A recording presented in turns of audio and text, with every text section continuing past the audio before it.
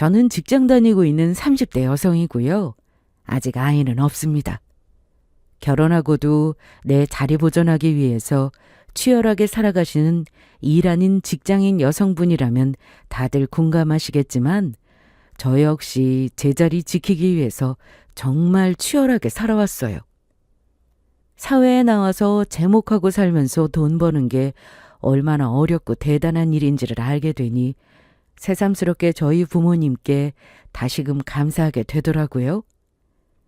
내 밥벌이 스스로 하고 사는 게 쉽지는 않아도 저 스스로의 힘으로 벌어먹고 사는 것에 대한 자부심도 느끼게 되었고요.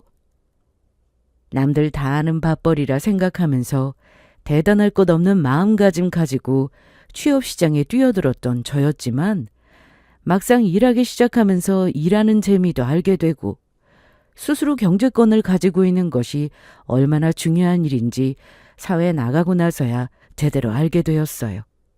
그러고 나니 여러모로 부족한 점이 많은 저 같은 사람을 품어준 회사에 고마운 마음도 생기게 되어서 이왕 다니는 회사 제 실력 제대로 갈고 닦아 여건이 허락하는 한 최대한 오래 다니고 싶다는 욕심도 생겼습니다.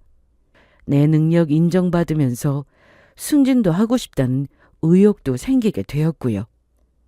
남편과는 처음에는 회사 동기로 만나게 되었습니다. 여러모로 회사에 불만족스러운 점이 많았던 남편은 저희 만날 때부터 이직을 준비하고 있었기 때문에 결국 회사가 갈라지게 되었지만 제 평생 함께하고 싶다는 다짐을 하게 해준 사람을 만나게 해주었으니 제게는 여러모로 고마운 회사였어요. 저희 회사가 그래도 여직원들 다니기에 복지도 잘 되어 있는 부분이 많고 그만큼 다른 회사에 비해 노령 여하에 따라 결혼한 기혼 여성에게도 제법 승진 기회가 많이 주어지는 편이거든요. 남편과 몰래 사내 연애하면서도 자연스럽게 결혼 이야기가 나오곤 했기 때문에 그런 점을 생각해 보아도 결혼해서 오래 다니기에 이만한 회사가 없다고 저는 만족하며 다니고 있었는데 남편에게는 그렇지 않았나 봐요. 자기가 노력하는 것에 비해 승진 기회가 그렇게 쉽게 오지 않는 회사라며 자기 가치를 제대로 알아봐 주지도 못하는 곳이라 불만이 많았던 남편이었습니다. 결국 남편은 자기 대학 선배가 새로이 시작한 사업체에서 자기를 꼭 와달라며 사정을 한다며 어깨 쫙 펴고 이직을 했어요. 그 당시에는 앞으로 성장 과정이 무궁무진한 회사라며 입에 침에 마르게 칭찬을 하던 탓에 인생 길게 보고 자기한테 여러모로 더 가능성이 높은 곳을 골라 신중하게 직장을 옮겼다고 생각했는데 이제 와서 돌이켜 생각해보면 꼬드기는 선배 말에 솔깃해서 넘어간 것 같기도 해요. 같은 해에 입사하기는 했지만 전 동기들에 비해서 조금 빠르게 승진한 편이라 남편보다 직급이 한 단계 위였습니다. 기뻐하면서도 혹시나 남편이 제가 먼저 승진한 것에 대해 자존심이 상하지는 않았을까 싶어 기쁜 마음을 마음껏 표현하지도 못했거든요. 그런데 누가 되었든 간에 먼저 승진해서 호봉도 오르게 되면 우리 결혼도 더 빨리 할 수 있으니까 좋은 거 아니냐며 아무렇지도 않게 축하를 해주기에 그때는 그 사람이 승진에 대한 압박이 그렇게 심했는지는 미처 모르고 있었어요. 그러던 차에 비록 회사 규모가 이제 막 시작 불과하다고는 하더라도 당시 저희 나이로는 쉽게 엄두도 낼 수 없는 차장 자리 준다는 말에 선뜻 마음이 기울었겠죠. 사실 그건 역시 아직 회사 만든 지 얼마 되지 않아 자리가 제대로 잡히지 않았으니 월급을 많이 줄 수는 없고 그렇다 보니 부족한 부분을 직급으로나마 기분 맞춰주려던 속셈이었을 거예요. 말이 차장이지 직원 수 10명도 채 되지 않은 회사에서 차장 직급이 뭐가 그렇게 대단하게 의미가 있었겠어요? 제 남편이 회사 창업 멤버도 아니고 결국 스카우트에서 들여온 직원에 불과했으니까요. 어찌되었든 이렇게 본격적인 결혼 이야기 나오기 전에 저희는 회사를 달리하게 되었고 그 이후에 본격적인 결혼 준비가 시작되었습니다.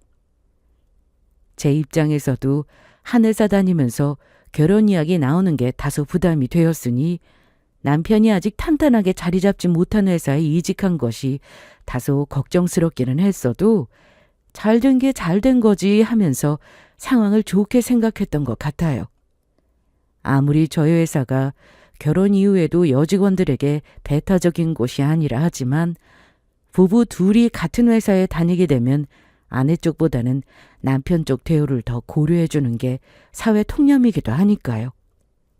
남편과 달리 이 회사에 나름의 애사심도 있고 오래 다니고 싶은 마음이 컸던 제 입장에서는 여러모로 상황이 저희 결혼에 유리하게 돌아가고 있다고 그렇게 저 좋을 대로만 편하게 생각을 했습니다.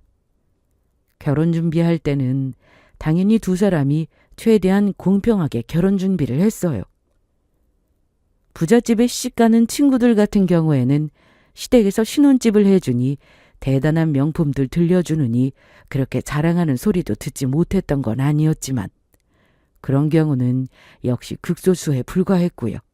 또 그런 친구들은 시댁에 받은 게 많은 만큼 시댁 눈치 보며 불려다니는 일이 많기에 넉넉하게 받고 시집 간다고 다 좋은 것만은 아니구나 싶기도 했고요. 다들 고만고만하게 직장 다니는 사람끼리 만나서 결혼 정년기라고 해봤자 사회생활 10년도 채 채우지 못한 이들이 대부분인데 남자든 여자든 경제 상황이야 다들 비슷하잖아요. 남편과 저라고 해서 다를 바가 없었고요. 요새 연애하면서도 다들 반반 지불해서 만나는 게 일반적인 추세이기도 하고 저도 돈 버는 사람이다 보니 그걸 자연스럽게 받아들이고 있었고요. 그리고 남편 역시 항상 합리적인 태도를 중요하게 생각하는 사람이었어요. 나중에 회사를 옮기기는 했지만 처음 제가 먼저 승진을 했을 때는 남편보다도 조금이기는 해도 제 연봉이 좀 더 높은 편이기도 했으니 사실 남편 쪽에서 데이트 비용이니 결혼 자금이니 더 내는 것은 불합리하다는 생각도 했습니다. 제가 딱히 그렇게 생각하지 않았다 하더라도 가진 거 비슷한데 없는 돈을 남편 쪽에서 더 해오라고 할 수도 없는 노릇이었고요. 당시에는 저희 친정도 그렇고 시댁도 그렇고 양가 부모님 두 분 다 생존해 계시기는 했지만 저나 남편이나 결혼하면서 부모님 도움을 크게 기대하기는 어려운 상황이기도 했어요. 저희 친정 같은 경우에는 저희 자매 자랄 때 뭐 하나 부족함 없이 잘 키워주셨을 만큼 경제적으로 문제를 겪고 있는 집은 아니었으나 저나 언니나 둘 다 직장 잡고 난 다음부터는 경제적으로 완전히 독립을 시키셨습니다. 특히나 아버지께서 그런 부분에 대해서는 엄격한 편이셨어요. 그동안 부족함이 있었을지는 몰랐다 하더라도 너희 엄마나 나나 너희들 키우는데 최선을 다했다고 생각한다. 이제 자기 몫하고 살 만큼은 키워놨으니 우리도 남은 우리 인생 즐기면서 살련다. 이렇게 이후의 수입은 부모님 노후자금 탄탄히 준비하고 여유분으로는 저희 자매 키운다고 바빠서 하지 못했던 여행도 다니시고 두 분 여유로운 일상을 즐기겠다고 선언하신 아버지셨어요. 언니나 저나 그런 부모님 뜻을 당연히 그럴만하다고 받아들였습니다. 자랄 때 크게 서운할 일이 없을 정도로 저희 자매 배우고 싶은 거 가르치는데 아끼지 않으셨던 부모님이셨고 가끔 갖고 싶은 것 있다며 떼쓰는 것도 마냥 받아주지는 않으셨어도 들어줄 수 있는 것은 최대한 부모 들어주려고 노력하셨던 부모님이셨어요. 물질적인 부분뿐만 아니라 정서적으로도 최대한 딸들과 중요한 추억 만드는 시간 많이 가지려고 노력해 주신 것을 알았기 때문에 사람 구실할 수 있을 정도로 키워주신 것만 해도 감사드릴 일이라 생각했죠. 그리고 아무리 요새 성인이 되고 나면 부모 인생과 자식 인생은 따로라고 생각하는 사람들이 많다 할지라도 여전히 경제적인 문제 때문에 골치를 앓고 있는 가정이 많고요. 평생 나이 드신 부모님 모시는 문제 때문에 부담을 가지고 살아가는 사람들이 적지 않다는 건 역시 잘 알고 있었습니다. 그런데 저희 부모님께서는 다 큰 자식들한테 기대 살지 않고 짐되지 않겠다며 당신들 노후를 스스로 확실히 책임지겠다며 먼저 나서 주셨는데 자식 입장으로는 그보다 더 감사할 수가 없는 일이었죠. 저보다 한 해 먼저 결혼한 언니도 그걸 잘 알아서 결혼할 때 다소 빠듯하기는 했어도 형부하고 으쌰으쌰 힘내서 형편에 맞게 결혼 준비를 해서 잘 살고 있었고 저 역시 당연히 그렇게 해야 한다고 생각했습니다. 결혼할 때 그래도 딸 자식 시집 보낸다고 언니한테 부모님이 상당한 수준으로 비상금을 챙겨주신 건 나중에 알았지만 결혼할 때만 하더라도 결혼 준비 역시 저희 부부 수준에 맞게 욕심 부리지 않고 마련하는 게 옳은 일이라 생각했습니다.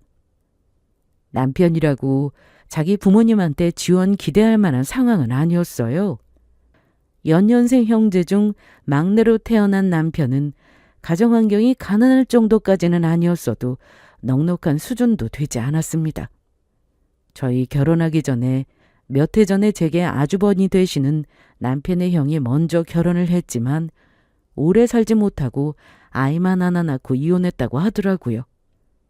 뭘 잘못해서 이혼한 건지는 몰라도 그 과정에서 위자료며 재산 분할이며 부담이 상당했던지 그 여파가 시부모님한테까지 미친 모양이었습니다. 자식 결혼에 학을 뗀 경험이 있어서 그런지 다 큰 자식 결혼은 알아서들 하라며 조금은 방관에 가까운 상태로 임하셨던 시부모님이셨고요.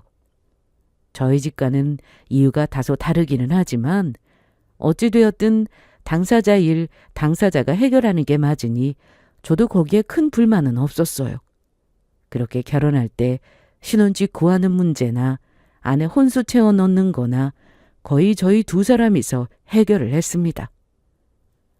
조금 먼저 승진을 했으니 제가 당연히 모은 돈이 조금 더 많기는 했지만 남편과 거의 비슷한 수준으로 지출을 해서 신혼 전셋집 마련을 했고요. 어차피 이제 결혼해서 같이 살게 되면 부부 공동재산이라고 생각하고 좀 더 여윳돈이 있었던 제 쪽에서 좀 더 부담을 더해도 괜찮다고 말했지만 그걸 단호하게 거절했던 건 남편 쪽이었습니다. 처음부터 공평하게 준비하기로 한 건데 약속대로 해야지.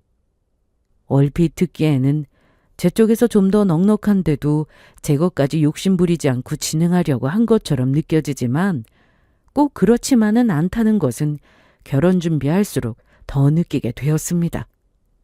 준비된 금액으로 좀 더 나은 컨디션에 시세보다 약간 저렴하게 나온 집이 있었는데도 불구하고 위치가 제가 다니던 회사 쪽에 훨씬 가깝다는 이유로 끝내 남편 회사와 제 회사 정중앙에 위치해 있던 집을 선택한 남편이었습니다. 가격은 비슷했어도 평수도 마음에 들어 했던 집보다 조금 작았고 부대시설도 더 떨어지는 편이었는데도 남편은 고집을 꺾지 않았어요. 그러지 말고 다시 한번 생각해보자. 10분만 더 일찍 나가면 좀 더 넓은 침실에서 쉴 수도 있고 거실도 볕 훨씬 잘 들고 풍광도 좋은데 출퇴근 시간이 10분이 얼마나 큰 시간인데 자기야 자기 회사에 더 가까우니까 좋겠지만 내 입장에서는 불합리하지. 사실 그것 때문에 싸우기도 많이 싸웠어요. 결국에는 고집을 굽힌 저였지만 결혼 준비하면서 이래저래 부딪힐 일이 많아지다 보니 왜 이렇게 결혼 준비하다가 파토나는 경우가 많은 건지 아주 이해가 가지 않는 건 아니더라고요. 어찌되었든 남편 말도 일리가 있고 남편 말처럼 그 마음에 들던 집이 제 회사에서 훨씬 더 멀었으면 나 같아도 선뜻 좋다고만 말이 나오기 쉽지 않았을 수도 있지. 남편을 이해하려고 노력하다 보니 두 사람 모두가 합의한 집을 선택하는 게 맞다고 그때는 그렇게 생각했어요.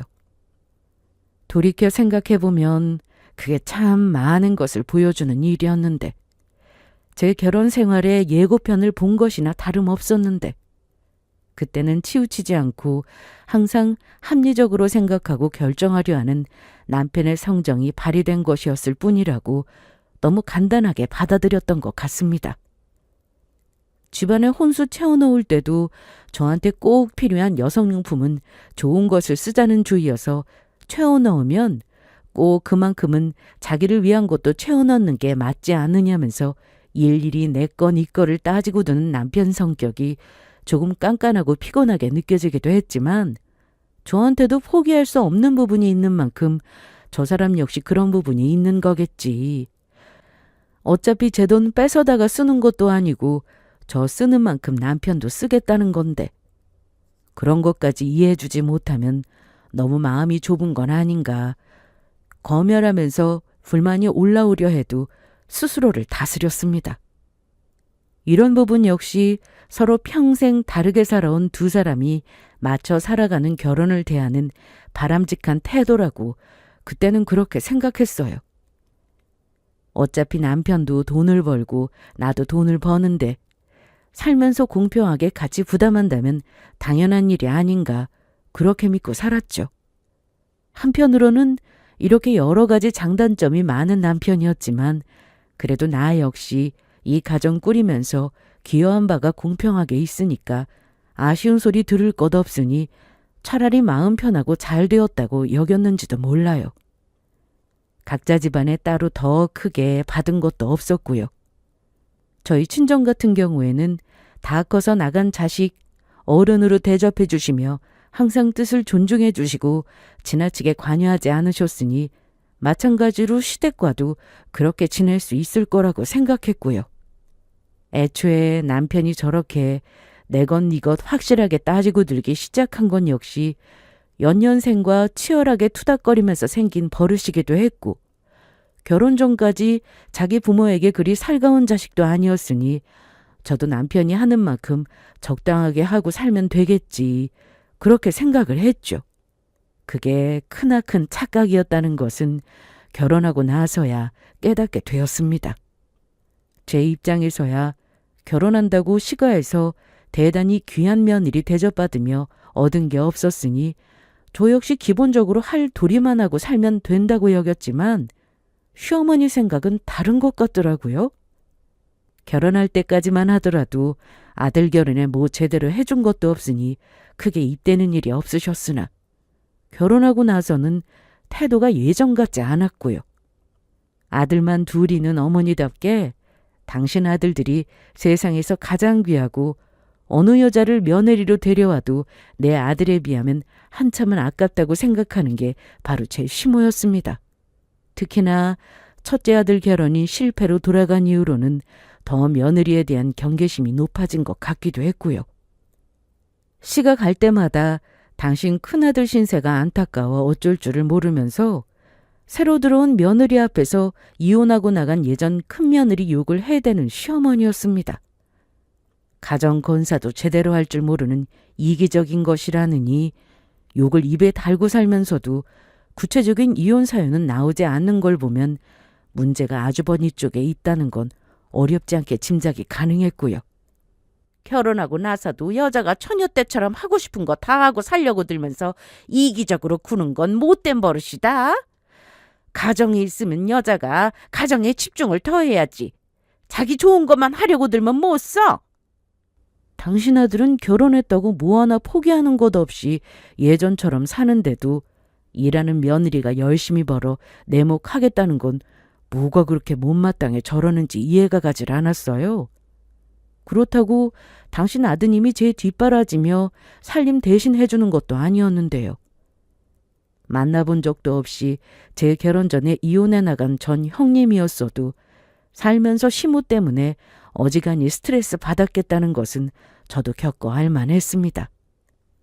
이혼이 꽤 충격이었던지 이혼 전까지만 해도 좋은 직장 다니며 번듯한 외모로 1등 신랑감 소리 들었다던 아주버님은 행색이 그리 좋지 못했습니다. 나가서 따로 살고 있기는 했어도 이혼당하고 혼자 사는 큰아들을 못 봐주겠다며 시모가 수시로 들락거리며 밥 해대고 청소하고 살림 대신 살아주는 모양이었어요. 그것부터가 저는 이해가 안 갔고요. 저희 친정 부모님, 딸들 그렇게 아껴주셨어도 나이 차고 나서는 제 할 일은 제가 알아서 해야 한다며 저리 쫓아다니며 다 큰 자식 벗은 옷까지 치워주고 상전처럼 시중드는 일은 일절 없었습니다. 솔직히 썩 보기 좋은 모습은 아니었어요. 남편 딴에는 잘난 형이랑 크면서 다툴 일도 많고 욕심내지 않으면 당연하다는 듯 부모가 형만 더 챙겨주니 더 자기 몫에 대한 애착이 커진 것 같더라고요. 형하고도 그렇게 사이가 다정한 편은 아니었던지라 모친이 형 얘기만 나오면 한숨인 거나 쫓아다니며 뒤치다꺼리하는 거나 별로 마음에 들어하지 않았습니다. 집안 기대주였던 형 이혼 후에 절이 된 이후로 그 관심과 기대가 뒤늦게 둘째 아들에게 쏠린 건 역시 달가워하지 않았고요. 언제부터 나를 그렇게 신경 썼다고 세상 귀하게 키운 아들인 것처럼 신경 써주길 바라는 건지 원. 당장 당신 자식부터가 반응이 이런데 그런 아들 내조할 여자로 한참 부족한 며느리 취급받는 저라고 시모한테 좋은 감정 들기는 어려웠어요. 그렇게 귀하고 아까운 자식이면 결혼할 때 찬밥 취급하며 나 몰라라 하지 말든가. 돈 쓸 일이 있을 때는 자기들 인생 자기들이 알아서 사는 거지 하는 태도로 일관해놓고 막상 시집와 놓으니 무슨 대단한 뼈대에 있는 가문이라도 된 것처럼 며느리 수발바라는 시모가 어떻게 좋게 보였겠어요? 그러든지 말든지 저는 제 일 열심히 하면서 제 가정 제 나름대로 성실하게 꾸리며 살았다고 생각합니다.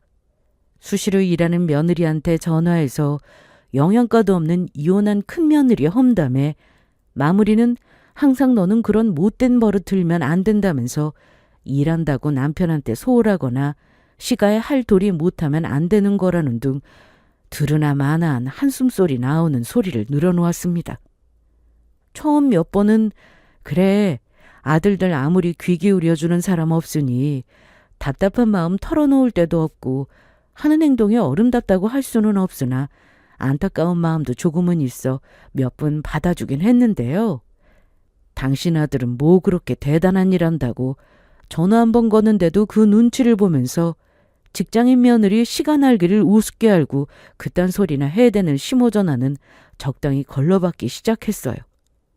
저도 돈 받고 하는 일인데 시모 쓸데없는 소리나 들어주겠다고 직장인으로서 제 할 일도 제대로 못하면 되겠어요? 예전 며느리와는 달리 시가도 수시로 드나들며 시어머니한테 살갑게 구는 며느리를 바라셨다면 적어도 그런 생각이 들 정도로 정상적으로 대학이라도 하셨어야죠. 시모 떠올리게만 해도 두통이 지끈거릴 정도의 행동밖에 안 해놓고 정이 들길 기대하는 게 이기적인 거 아니겠습니까? 와중에 이미 팔자망친 큰아들은 그렇다 치고 자랄 때 늘 뒷전이었던 작은아들 눈치 뒤늦게 보느라 중간에서 저만 피곤해진 상황도 마음에 들지 않았어요.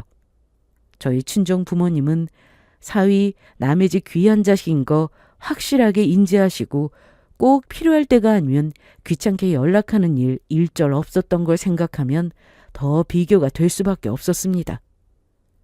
그렇게 합리적이고 반반 지불하며 각자 집안에도 별다른 일이 없으면 각자 책임지자고 했던 사람이 그 별난 제 모친 때문에 일하는 데까지 지장이 있다며 모친 자제시키라는 말에는 또 슬쩍 책임을 피하려고 들었습니다. 적당히 대꾸하고 꾼치 뭐하러 그걸 일일이 받고 있어? 나까지 고부지간에 함부로 끼어들었다가 괜히 당신만 더 피곤해져. 그냥 적당히 대하고 말아. 당신이 내 입장이면 그렇게 적당히 해가며 설렁설렁 말할 수 있어? 애초에 각자 집안 각자 막 하자는 소리 했던 게 누구인데? 내가 하라고 한 것도 아니고 어머니가 저러시는 걸 난들 어쩌라고. 나 그런 거 아니어도 요새 골치 아파 죽겠어. 원래도 성격이 그리 비단결은 아니었던 사람이었지만 결혼 이후에 짜증이 부쩍 늘어난 남편이었습니다. 그도 그럴 것이 차장이라는 그럴싸한 직함 달고 이직한 회사 사정이 썩 좋지 못했습니다. 그래도 처음 들어갈 때는 10명 가까이 되었던 직원들도 사무보조 직원은 다 정리하고 사장 포함 겨우 5이 남게 되었어요. 꼭 스스로에게 거는 주문처럼. 한번 터지기만 하면 미래가 보장된 사업이니 지금 어려운 것만 잠깐 넘기면 된다며 입버릇처럼 말하던 남편이었지만 그렇게 말하는 본인 얼굴도 썩 밝지 못했습니다. 그렇게 정이 넘치거나 깨가 쏟아지도록 살가운 성격은 아닌 사람이었지만 그래도 결혼해서 살면서 마음이 안정될 줄 알았는데 그게 아니었어요. 자기 일 잘 안 풀리기 시작하니 항상 얼굴이 어둡고 말도 뾰족하게 하는 남편 때문에도 그랬지만 그런 아들 보낸 게 아직도 아까워서 어쩔 줄을 모르겠는지 볼 때마다 며느리 기 잡으려 드는 시모도 그랬죠. 아무래도 말년에 잘 키웠다고 생각했던 큰아들 뒤치다꺼리하고 살게 될 줄은 꿈에도 모르다가 일이 되니 당신 신세가 더 서글프다고 느꼈는지 며느리 별로 마음에 들어하지 않으면서도 또 며느리 다정한 보살핌은 받고 싶은 모양이었습니다. 시모가 저리 이중적인 태도를 보이는 원인이 아주 짐작까지 하는 건 아니었어요. 저나 저희 언니나 결혼하고 나서도 친정엄마와 아주 살갑게 지내면서 주말에 카페도 같이 가고 예쁜 식당에서 맛있는 거 먹으면서 기념사진도 찍는 등 꼭 친구처럼 지내며 살았거든요. 하필 시가가 있을 때 언니가 찍어준 사진 보내주는 바람에 곁눈질로 그걸 본 시어머니가 되도 않는 질투를 하는 거예요. 너 요새 내 전화도 잘 안 받더니 친정 식구들이랑은 같이 잘 다니나 보네? 그럼 내 엄마인데 당연한 거 아닙니까?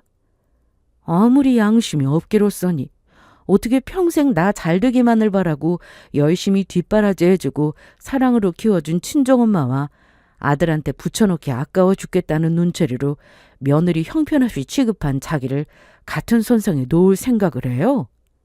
그래서 못마땅하다는 티를 있는 대로 내든 말든 들은 척도 하지 않았습니다.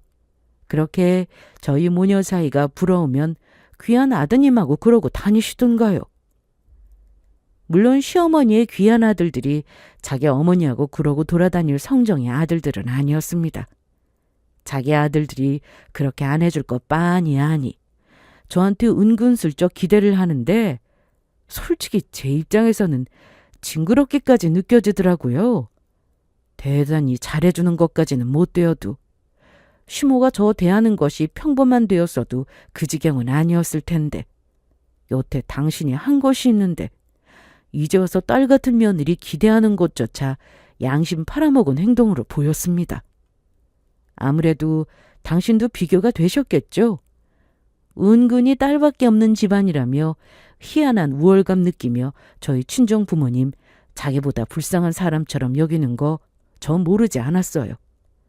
막상 큰아들한테 온갖 시중 다 들면서도 고맙다는 소리 한번 제대로 못 듣고 뒤늦게 의지하려던 작은아들은 이미 자기 본가 식구들한테 정이라고는 없어서 자식들 누구 하나 살뜰하게 챙겨주는 이가 하나 없는데 누가 누굴 불쌍해합니까?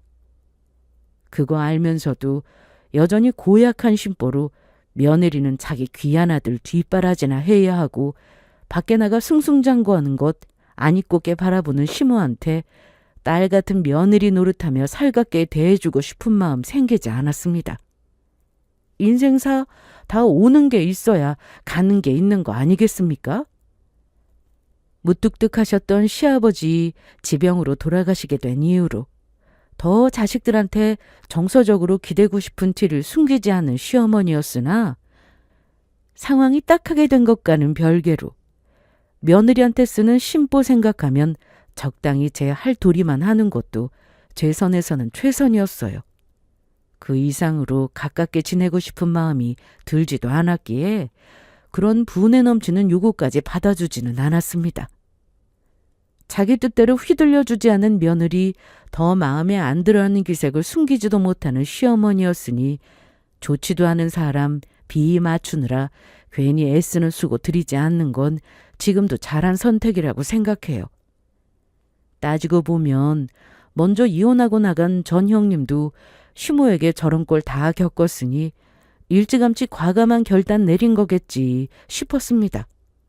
이혼할 때 아주버니가 뭘 얼마나 잘못했는지는 모르겠지만 제 얼굴에 침 뱉기라 생각했는지 시모나 남편이나 끝까지 구체적인 이혼 사유 얘기한 적은 없었어요.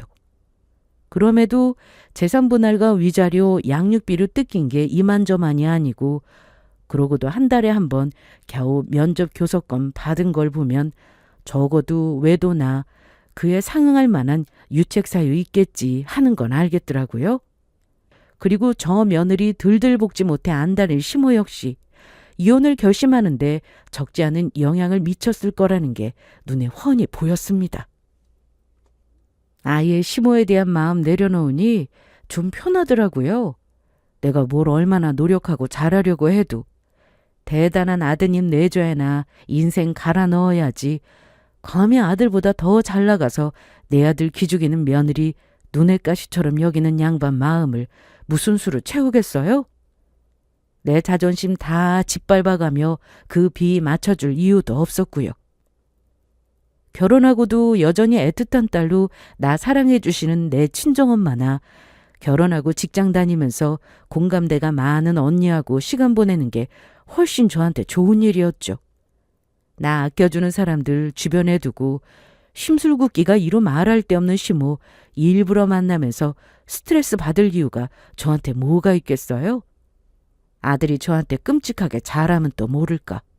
쥐꺼 내꺼 갈라가며 정없이 구는 모습에 저도 점점 정이 떨어지는 차였습니다. 그러던 차에 살던 집 이사를 가게 되었어요. 신혼집도 애초에 매매는 아니었고 당시 저희 부부 두 사람 수입에 구할 수 있었던 적정 가격의 보증금에 맞춰 집을 구한 거였어요. 이번에는 좋은 정보 접하게 되어서 사정이 있어 집을 빨리 처분하셔야 했던 집주인분 만나게 되어 시세보다는 약간 더 저렴한 가격에 집을 사게 된 거였습니다. 저라고 대단한 부동산 정보가 있는 건 아니라서 저희 친정아버지 건너 아시는 분 통해서 좋은 기회 잡은 거였어요. 자가 마련하는 거 천운이 따르는 세상이니 더 볼 것도 없이 진행한 일이었고요. 시집간 딸 드디어 내 집 마련한다며 저희 친정 부모님도 뛸 듯이 기뻐하셨습니다. 새로 산 집 위치는 제 직장에서 가까운 곳이었고요. 친정과도 예전 집보다 많이 가까워졌습니다.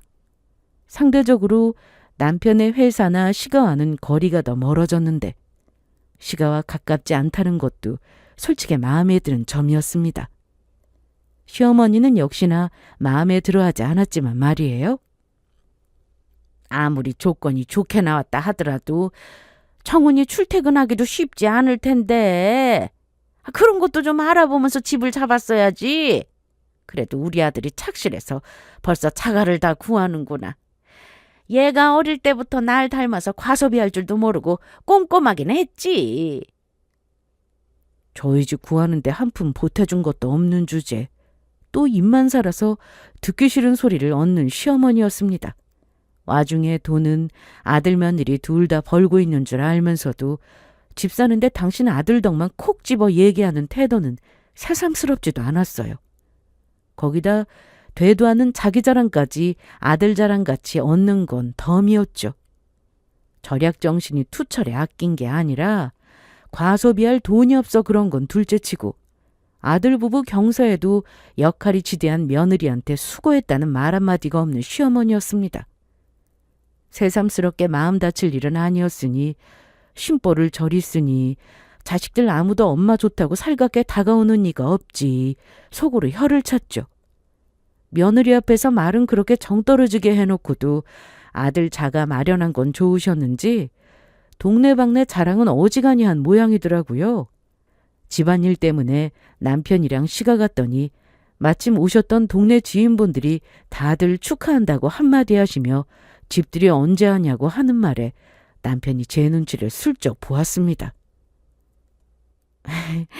아직 저 사람도 저도 일도 그렇고 정리도 덜 되어서요. 조만간 시간 나면 연락드릴게요.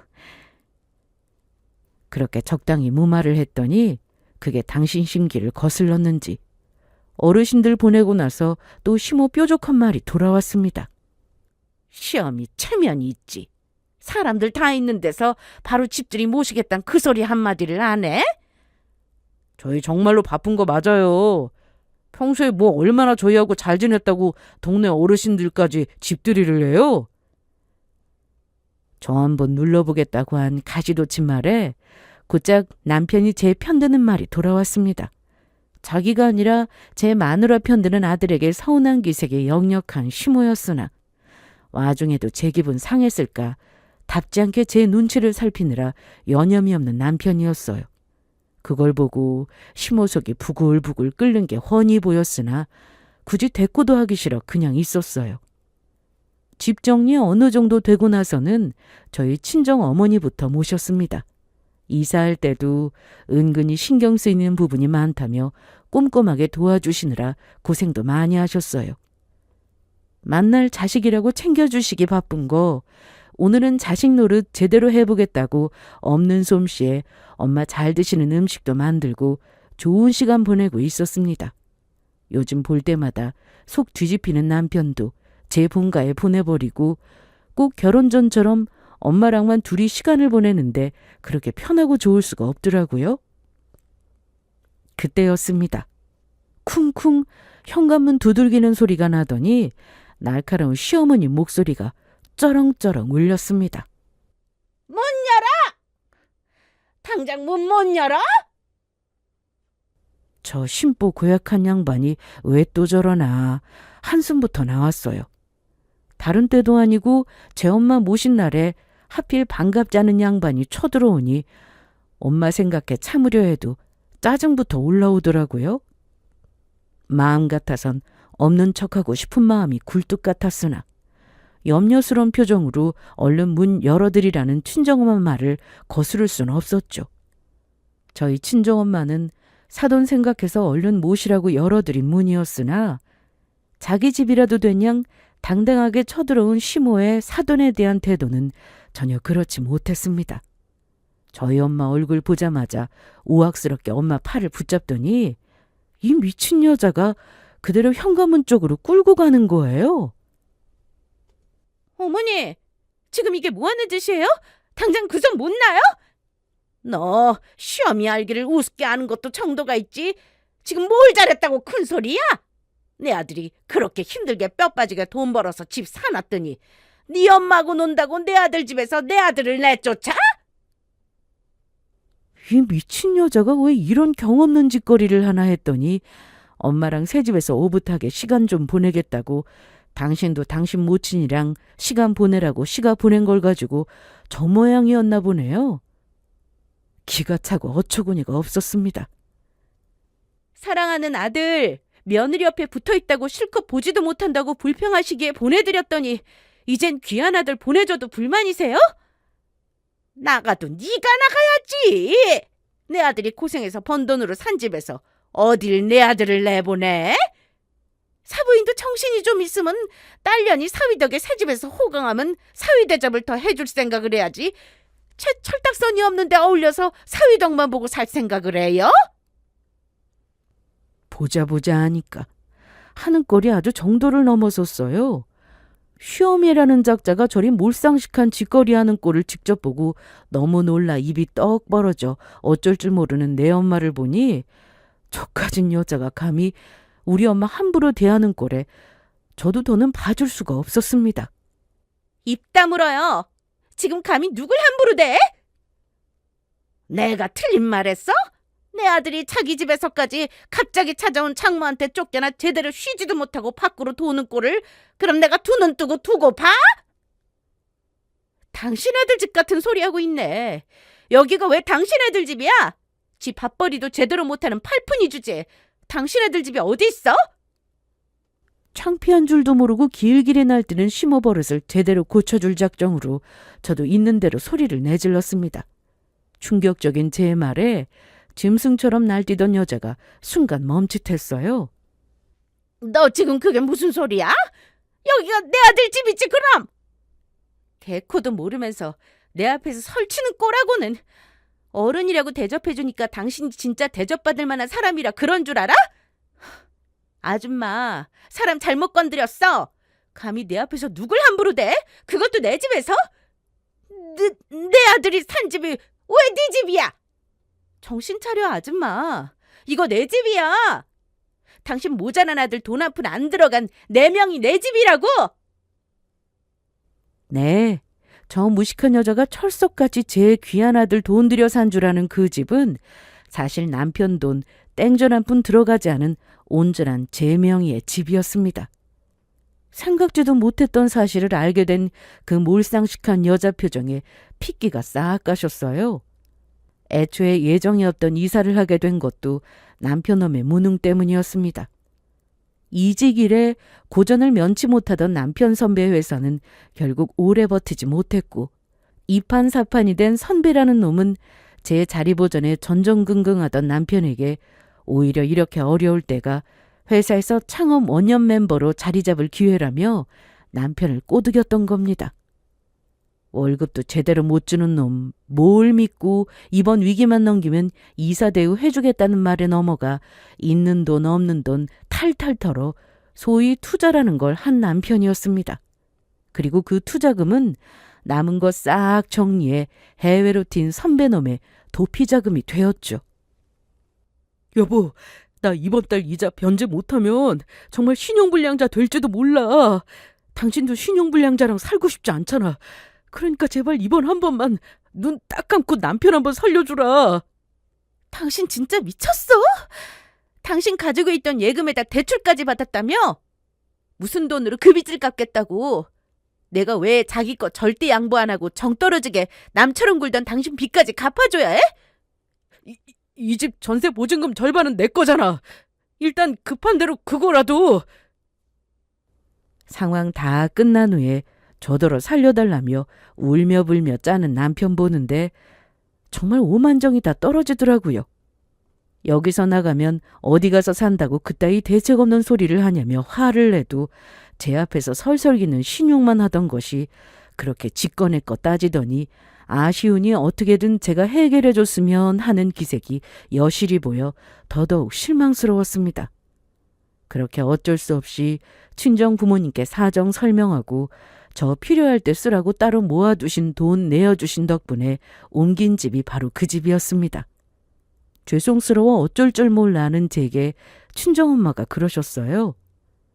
너희 언니 시집갈 때도 살면서 무슨 일 생길지 모르니 필요할 거라고 똑같이 해준 돈이야. 너 쓰라고 모은 돈이니까 미안해할 필요 없어. 그렇게 내 피 같은 돈과 내 엄마 귀한 돈으로 산 내 집에서 감히 저딴 여자가 내 엄마한테 손대며 정신 나간 짓거리를 해요? 그 미친 여자한테 소리 확 지르고는 곧장 남편놈한테 전화를 해 당장 튀어오라고. 10분 내로 안 튀어오면 니놈하고는 이혼이라고 고래고래 소리를 쳤습니다. 아니야, 그럴 리가 없는데? 잘나고 똑똑한 아들놈이 꼴에 되도 않는 투자는 한다고 얼마 되도 않는 가진 거 다 털어먹은 건 아직 몰랐나 보네. 그 멍청한 놈 버린 일 수습해준다고 살던 집 보증금까지 빼고 나 아니면 길바닥에 나 앉을 놈을 내 집에서까지 살게 해줬는데 뭐가 어째? 또 돈 사고 치거나 주제도 모르는 당신 문제 일으켜서 내 속 뒤집으면 그날로 찍소리 않고 이혼 도장 찍겠다고 내 앞에서 무릎 꿇고 각서까지 썼어. 당신 아들놈이. 그런데 감히 뭘 믿고 내 엄마 앞에서 악을 쓰고 설쳐? 고개를 휘저으며 현실 부정하는 그 여자한테 그간 맺힌 만큼 실컷 쏟아냈습니다. 모자란 아들놈 걷어먹여준 걸 고개 조아리고 감사해도 모자를 파네 내 엄마 함부로 대하고도 제가 인간 대접해 줄 줄 알았어요? 불같은 제 통보에 열일 제치고 기겁해서 쫓아온 남편놈이 들어오자마자 제 어미 탓을 했습니다. 엄마, 지금 이게 뭐 하는 짓이야? 아들 이혼시키려고 작정을 했어? 이 사람 앞에서 성질 죽이려고 내가 그렇게 말을 했는데. 너 지금 이게 다 무슨 소리야? 내가 너한테 해준 돈이 얼마인데? 돈 한 푼이 없어서 마누라 명의 집에서 살면서 이런 취급을 당해? 너 설마 내가 해준 그 돈도 투자니 뭐니 다 날린 건 아니지? 아들 장가 갈 때 돈 없다고 접시 한 장 안 해줘 놓고 뒤로는 아드님 비자금까지 해줬나 보지? 너 왜 대답을 안 해? 너 내가 해준 돈 다 어쨌어? 진짜 다 날린 거야? 악에 받쳐 멱살을 잡고 흔드는 제 어미한테 이리저리 휘둘리던 놈이 결국 바닥에 퍼질러 앉아 통곡하기 시작했습니다. 나 어떡해. 내 돈. 그 돈이 다 얼만데. 그놈이 그걸 다 가지고 날랐어. 이 미친놈아! 꼴 좋다. 조도 안 가질 놈을 가지고 유세는 어지간히 떨더니. 아들은 참 잘 키우셨네. 저놈 저거 나한테 이혼당하려고 제발 도와달라고 내 부모님 앞에서까지 무릎 꿇고 질질 짜면서 진상 떤 건 알아요? 지밖에 모르던 놈이 혼자 망할 것 같으니까 살겠다고 아주 내 입안에 혀처럼 굴더라. 꼴에 자존심은 있어서 장인 장모 앞에서도 고개 빳빳하던 놈이 기 팍 죽어서는 알아서 눈치 슬슬 보고 아주 볼만했답니다. 그 돈이 어떤 돈인데 잘 쓰고 꼭 불려서 다시 돌려주겠다고 큰소리 칠 때는 언제고 내 돈 어쩔 거야? 지금 그깟 엄마 돈 몇 푼이 문제야? 그거 뭐 얼마나 된다고? 엄마 때문에 아들 둘 다 이혼한다는 걸 보고 싶어? 당장 저 사람이랑 장모님 앞에서 사과드리지 못해? 이런 후레 자식 놈을 봤나? 내 돈 날려놓고 지금 뭐가 어쩌고 어째? 그렇게 내 귀한 아들 어쩌고 하더니 콩가루도 이런 콩가루가 없었어요. 둘 다 남의 집에서 추태 부리지 말고 당장 나가! 주제도 모르고 남의 집을 어디 모자란 아들 놈 집이니 뭐니 떠들어? 나한테 빌부터 사는 빈대 같은 놈이 납작 기어사라도 거슬릴 판에 당신 같은 몰상식하고 무식한 어미까지 딸린 놈 나도 더 달고 살 생각 없으니까 이혼 서류 보내면 사인할 생각이나 해. 여보, 나 이혼 못해. 제발 나 버리지 마. 이혼이라니 안 된다 아가. 내가 잘못했다.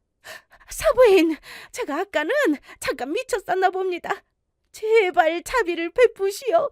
너그럽게 용서해 주세요. 나한테 아드님 그렇게 아까워 어쩔 줄 몰라 하더니 도로 반품하겠다는데 왜 이래? 귀한 아들 도로 데려가시라고요. 여보! 아가 제발. 나 아니면 쪽박찰 신세되니 뭐 그리 귀한 대접해준 며느리라고 절박하게 매달리는 추한 여자였어요. 그 꼴을 기가 막혀 지켜보던 저희 친정어머니가 냉랭한 목소리로 말씀하셨습니다. 그동안 귀한 내 딸 아드님한테 부족하다고 애 취급을 어지간히 형편없이 한 모양인데 양심도 없이 어딜 매달릴 생각을 합니까? 물귀신처럼 내 딸 인생까지 당신 아들 망한 인생에 끌어들일 생각 말고 아들 데려가세요. 내 귀한 딸 당신 아들한테는 아까워도 너무 아까우니까. 장모님, 제가 잘못했습니다. 사부인 살려주세요. 사부인. 뒤늦게 자기들이 누구한테 기어야 하는 줄 알고 절박하게 매달렸으나 제가 왜요? 뭐가 아쉬워서 저런 것들 꼴을 보고 살겠습니까? 그렇게 온 동네 떠나가도록 울고 매달리는 것들 사람 불러 치워버렸고 저는 곧장 이혼 소송을 시작했습니다. 당연히 전 남편은 재산이랄 것도 없으니 땡전 아픈 건지는 것 없이 쫓겨나듯 이혼 당했고요.